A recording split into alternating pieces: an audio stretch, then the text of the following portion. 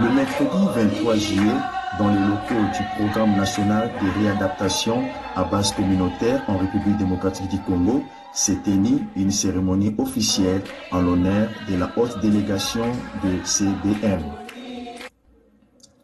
Cette visite marque une étape importante dans le partenariat entre le PNRBC et CBM, acteurs majeurs du développement et du soutien aux services de réadaptation dans le pays. La journée a débuté par un mot de circonstance prononcé par Madame Lydia Kalenga, qui a souhaité la bienvenue à la délégation avant de souligner l'importance du partenariat avec les CBM, particulièrement dans la mise en œuvre du projet réadaptation à l'échelle départementale. Votre soutien financier a été essentiel à la réalisation de nos projets et nous tenons à exprimer notre sincère reconnaissance pour votre générosité et votre engagement. Votre contribution a eu un impact significatif sur notre organisation et permis d'implanter 10 cliniques de prise en charge par la méthode Ponseti dans 5 à Kinshasa et 5 autres dans les provinces du pays. Nous sommes particulièrement fiers d'avoir redonné du sourire aux multiples enfants soignés et leurs parents réconciliés, parce qu'il y a eu des familles à cause du pied-beau qui se sont séparées et grâce à la méthode Ponseti, grâce à la prise en charge, aujourd'hui ces familles se sont réconciliées. Encore une fois, merci du fond du cœur pour votre soutien inestimable. Nous sommes toujours déterminés à faire de ce programme un succès pour une couverture totale de la RDC.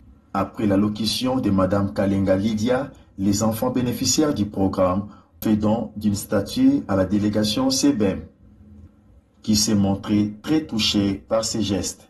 Mon message, c'est un message d'espoir, mais également c'est un message de continuer la sensibilisation. Parce que vous avez un rôle à jouer.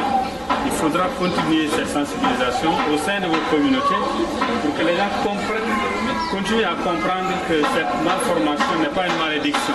Ce n'est pas un sort, c'est quelque chose de traitable. Merci beaucoup en tout cas, nous sommes très contents de voir la réussite du programme et nous avons espoir que notre partenariat continuera à se renforcer.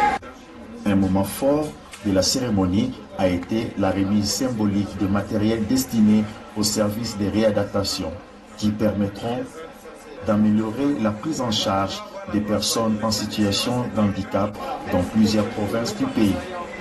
Cette remise témoigne de l'engagement concret de CBM dans le financement et l'appui technique de ces services. Au cours d'une réunion avec la haute délégation du CBM, le directeur du PNRBC, le docteur Moussafiri, a exposé les spécificités du projet réel en République démocratique du Congo, abordant notamment ses objectifs, les résultats entendus et l'impact escompté au sein des communautés vulnérables. Et lorsqu'on nous a confié la mission, nous sommes dotés d'une vision. L'accès pour tous, l'équité et l'inclusion. Alors, quelles sont nos réalisations à ce jour? D'abord, nous avons fait un grand voyage avec CBM. Le mariage commence en 2011. Et c'est un mariage que nous félicitons, nous encourageons. Parce que c'est un mariage qui n'a jamais connu des problèmes. Et quand il y a une femme ou un homme dans la maison avec qui vous n'avez pas de problème, donc on peut dire que c'est 100% succès. Et donc nous avons démarré en 2011 jusqu'en 2021 avec un premier projet qu'on a appelé Ponseti, méthode Ponseti, qui est une initiative globale, mondiale, de Global Club Foot International, initiative. Et donc ce projet a aidé beaucoup de nos enfants, qui n'est qu'un échantillon que nous avons présenté, à quitter à la fois cette discrimination communautaire, à retrouver le sourire, mais aussi à participer comme tous les autres enfants. C'est vrai qu'il y a aussi des cas d'échec, mais les cas d'échec qu'on a connus, c'est que on a recevé de partout. Nous recevons des enfants de l'Angola qui venaient ici parce qu'ils ont appris, parce qu'on leur a dit, ils venaient à Kinshasa pour prendre soin. Mais le projet Piero, c'est un projet pour 4 ou 5 ans. Quand vous entrez dans le programme, on vous enregistre, vous y êtes jusqu'à 5 années du programme. Mais comme on n'a pas la possibilité de continuer à garder les enfants qui viennent de loin, donc ils ont subi les premiers mois et les deuxièmes mois où les pieds est devenu normal, le temps qu'on leur remette les attelles, et ils sont partis, ils ont évadé. Donc ce genre de cas, on a difficile de dire quel a été le niveau d'atteinte de ces résultats. Mais au moins 80% des enfants pris en charge depuis 2010 jusqu'à maintenant, 80% sont déjà des enfants qui sont libérés du programme et qui sont intégrés dans leur communauté.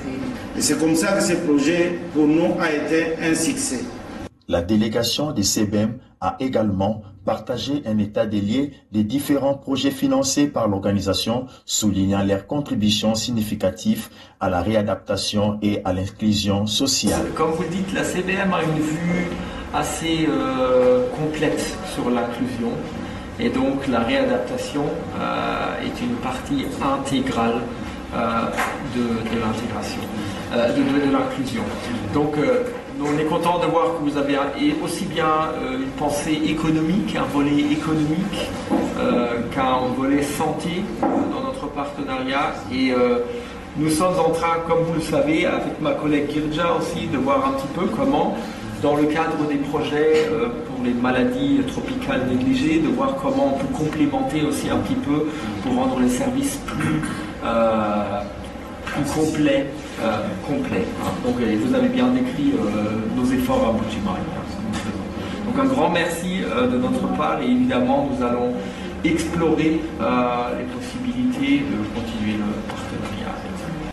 Notons que cette journée a ainsi renforcé la coopération entre CBM et le PNRBC dans la lutte commune pour garantir un meilleur accès aux services de réadaptation pour toutes les personnes en situation de handicap en RDC.